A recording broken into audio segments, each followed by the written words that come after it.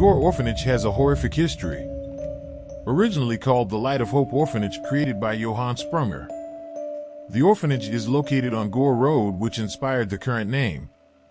Before this orphanage existed, Mr. and Mrs. Sprunger had a former orphanage that mysteriously burnt down in a fire, killing 3 girls.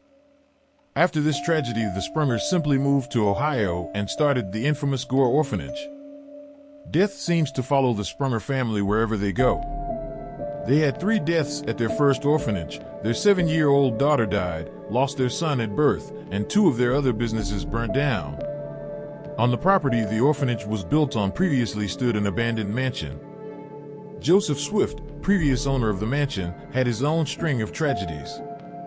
First, his 5-year-old daughter died, his 24-year-old son died, and soon thereafter he lost all his money.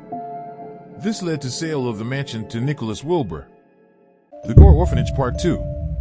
Wilbur held rituals and seances and tried to speak with spirits of deceased children. In an instant, their 4 grandchildren all died of a sudden illness and were later buried on the land. Mrs. Wilbur went insane due to the deaths.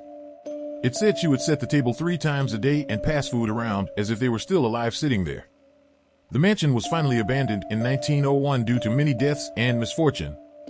Johann Sprunger built the orphanage, and almost immediately ghastly things started happening. The orphans would run away from the home wading in the river trying to escape. The children were abused, neglected, and even pushed into slave labor. They were fed calves' lungs, hog heads, and sick cattle.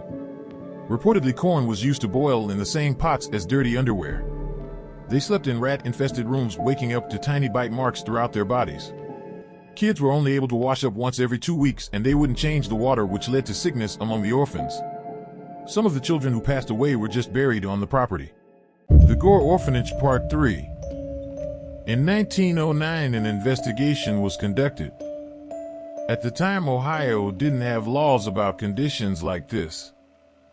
Unfortunately, no charges were brought against the Sprungers even after they admitted to their wrongdoings. Johann Sprunger died 2 years after the completion of the investigation. By 1916, the Gore Orphanage closed due to financial troubles.